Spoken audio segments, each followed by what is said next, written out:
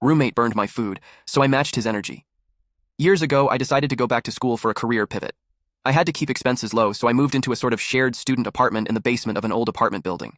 We each had our own locked rooms along a hallway, but had a shared kitchen and bathroom. No one really socialized beyond reminders to e-transfer for the shared internet.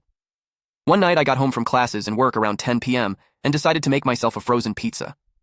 Cash was tight, so it was a bit of a luxury food item for me. I popped it in the oven at like 375, set an alarm, and went back in my room to wait the 25-ish minutes recommended by the packaging.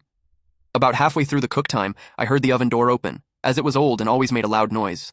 A few seconds after I heard one of the other students closing their bedroom door. I went to check the oven and saw that someone had put a big tray of chicken breast in the oven too. I thought nothing of it, and went back to my room until the timer was done. When I went out there to pull out my pizza, it was mostly burnt. The dude had put his stuff in the oven and cranked it up to 425 without telling me. Fine, put your shit in the oven, but don't change the cook temp without saying anything.